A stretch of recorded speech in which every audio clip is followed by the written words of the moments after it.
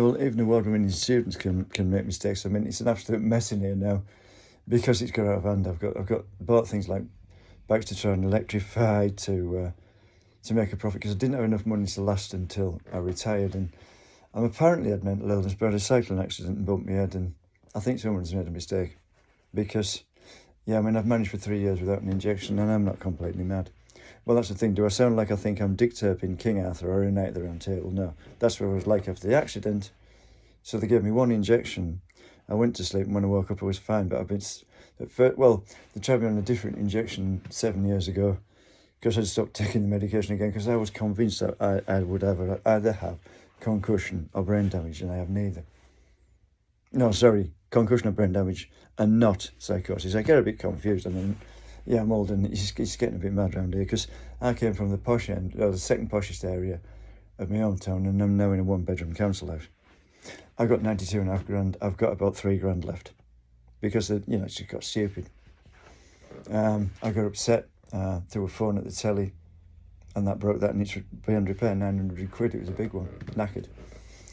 That's the only really stupid thing I've done. But yeah, I've been trying to do a cylinder head swap on my car for 18 months now. Should be at most in the car park a one-day job. But I found somebody has a central locking key to it because the one we've always had, it's a push button one. It's never worked. So I took one engine. I took the engine out because somebody had put a bolt back in the cylinder head in the night with the central locking key. You just open the door, open the bonnet and put the bolt back, and I didn't know because it's down in the recess and you can't see. I'd taken them all out. I'm convinced I had. But there's other things like that have happened since. So I took the whole engine out. I rebuilt it in 2017 for Dad because he blew it up. He was 89 and he couldn't hear it. So the thing is, I took the engine out. Now I bought what I thought were reconditioned a cylinder head and a crankshaft, and I put them in, and when I measured them they were new. But the thing is, it's an old one. It's a Mark 1. It's a 2006 Peugeot 107. There are loads of new parts available for those and nobody wants them, so they're selling them off as reconditioned because they're just old stock and they don't realise that they're old stock and they're actually new. A fraction of the cost because a new cylinder head for I can't actually remember, for an Austin Mini in the 80s would be about 1,200 quid, and it was 200 quid, that one. Crankshafts, yeah. With the crankshafts were 1,200 quid for a new one. It was about 290 for that one, and it's brand new. But that's all we got water damage now because I rebuilt it, put it in. Somebody borrowed the starter, the plastic spacer for the starter, and put it back after I'd taken the engine out to see why it wouldn't turn, and put it in the boot. The boot, the tailgate seals leak, and now that whole engine's wrecked and it was as good as new. Corrosion damage, it's had it. But it's going to have a lot of parts and it won't be worth fixing. It was as good as new, the whole engine. Because the only part I didn't renew after Dad blew it up was the cylinder head, and that had done 107,000 miles. The rest of it was as good as new, but it's all wrecked now. So I'm not happy. So I had a spare that I got second hand. It's still either 90k or 95. I got a gearbox separate as a spare, and that I'd done 90 or 95, and there's a tooth or fourth on it. So that one's no good. But then it's probably coming in a car that either wouldn't run or had no MOT and they haven't even tried it. Well, that's the thing. If you only had one tooth off and you moved it backwards and forwards, you wouldn't be able to tell. So I bought that in good faith, and I can't remember where I got it from. That's my fault, I suppose. But what else happened? Well, after that, I had it all running. I got a good gearbox in it, and it was all running. Suddenly, the fuel pump failed for no reason. I went right to connect it, or rewired it from the battery straight to the fuel pump, and it worked. Eventually, I traced the fault to an air filter on the fuel pump. The little casing that holds it was broken. There was a tab broken, so it was leaking air, and that's why it wasn't pumping. Eventually, I found that after I bought 2 or 3 pumps and faffed about for ages, a non-genuine pump and another pump, because eventually, the thing is, when you start taking the pipes off, they're very tight, and you snap the plastic unions on the pump. So I've done that on the two genuine ones, and I've had to fix them both. So now I had it running, I had it all going. Suddenly, it wouldn't start. I don't know why, unless obviously someone's been in possibly messed about. Well, there was eventually recently I found there's an earth strap from the petrol tank to the car, because it's actually a static cable, you don't want static sparks in the petrol tank for obvious reasons. But I've just found that after I've taken the engine out, so I don't know. But other than that, that's the only thing I can think of. But yeah, but it was running. But then that could have broken because it had corroded through the connector. It's 2006 car, so it just corroded through the connector and fallen off. So it could be that, actually, when I think about it. It could be that, yeah. But now the engine's out, and I've taken the dashboard out. I took it out completely to take the central locking unit out, so it's completely disconnected. And I'll have to start again, because people said, I just put a secondary one in, but yeah, but they can still use the original. It won't work like that. And I've now disconnected the wiring. Well, I've cut the fuse box up to get the wiring out, because it's very difficult. There's loads of wires going into the fuse box. If they put one connector for the engine, for the whole of the engine, in that cable, it will be dead easy, because some days it's a day job disconnecting the wiring from the engine, because all the connectors work differently, so you can't connect them wrong, but they're all cut to the right length. It will be impossible anyway, I suppose, but they probably are one or two next to each other, but yeah, they're all cut to length and that, and they're very expensive, those looms, because they have to be cut. It's all handmade to cut to length and taped and everything. It costs a lot of money. There were, for an Austin Mini in the 80s, there were £1,200 for the wiring, and there wasn't much on an Austin Mini. But yeah, I mean, I possibly could just put it all back together and it'll run if I connect that cable on the fuel tank. It could be that, but I mean, I've done what now? Is it 4 engine swaps and 3 gearbox swaps in less than a year? Taking the dashboard out, had the petrol tank out 2 or 3 times, because at one point I was going to electrify it. I bought a motor and a battery. The battery's a third of a ton. And now I've now found that, yeah, they're like the batteries in a phone. You can discharge them wirelessly and sonically, so people can nick the power out your batteries. So I've given up with that. Now, then I thought about, you can drive the motor with an alternator and it'll be self-propelled. But you're going to have something to set it in motion and accelerate it. But the motor has now got corrosion damage. It's unbelievable. It's just getting stupid. And the house is upside down because I've been working so hard on the car. And what else has happened? I think that's it. Yeah, I cut all the wires out of the fuse box. The whole thing's going to be rewired now.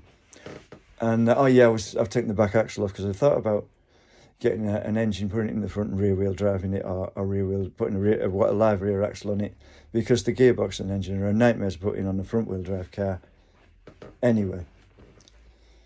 But then I'd have to get a rear wheel drive gearbox, and there's only like Mercedes or BMW that do them, because or I could make it 4-wheel drive, but the same problem, because obviously with if you put the gearbox in lengthwise, you'll have 2 outputs that should go that way to the front wheels, because the original ones would have one output for the back wheels. Could make it 4-wheel drive. It did price up a Metro 6R4 engine, the rally car, but you have to run on pump petrol now and not alcohol, which is why they were so powerful, and they banned that whole class because they were too powerful. But yeah, I mean, and they wouldn't give me a price, obviously. It'd be probably more than a BMW engine. But yeah, I accidentally found the price of a second-hand RAF jet engine, 2,500. Some second-hand Mercedes and BMW engines are 10,500. But I found out last night, Porsche's second-hand engines, some of them, £18,000. We're better off with a jet engine that produces much more power. It's just, it might warm pedestrians and cyclists up a bit. And I don't know whether it'll fit in the car. And that's the thing. As soon as you start it, the handbrake will just overcome the handbrake and just tear off down the road with smoke pouring off the non-turning tyres. So I don't know, but is there anything else that's gone wrong with it? The central locking on the tailgate, yeah. The cable keeps dropping off, and I think there's dampness in it, and it's failed. So I've disconnected that, and I'm going to put a lever and a cabling, because there is a little sort of lever in the door that I can attach a cable to somehow and make it manual, because it's ridiculous. But there's an earth on that, and and like the one on, I think the earth that I thought was faulty on that was the one on the petrol tank. I think ultimately all the back end and the fuel pump go through the earth on the fuel tank. So it could be that, but might have to do that, but I don't know.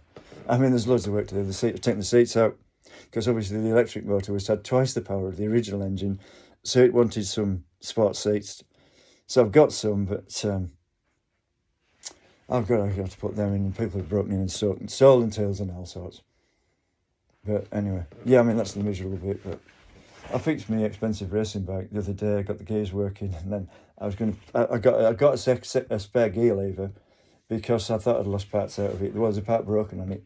It didn't have to be on, I don't think, but I was going to do it properly last night, and I've detached the flipping cable. We would only go into 2 gears. I set all that up, but it might be easy. That it's the end of the cable comes in. You have to bring it through a hole in the side of the gear lever, twist it around, and then you can pull it up and put it into position. But you have to push the derailleurs at the back while you're doing that at the front, I think, because it doesn't seem to want to go into low gears without the cable in.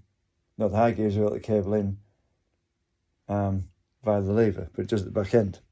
Anyway, that's something else I'll have to fix, and I've big bikes and bits all that. And I went to my hometown the other week, and they were winding me up on the railway station, I'm sure. Well, the trains are a bit dodgy at the moment, but there was clowns on the railway station winding me up, and I got very upset and I didn't go back on the train.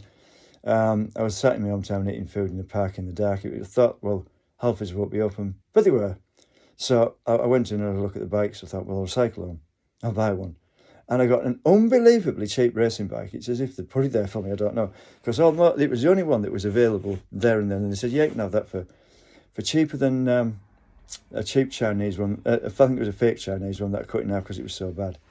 I put a video somewhere of it, me sawing it in half. It was rubbish.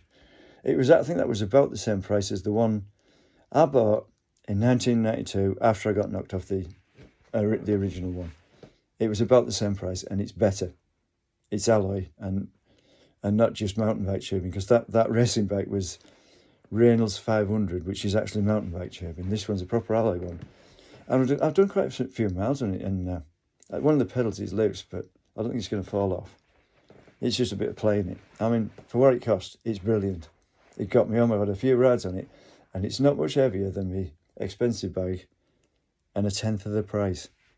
And the expensive one devalued by 4 times the price of that one overnight when it went out out of date, because it was the latest model, and then suddenly it wasn't.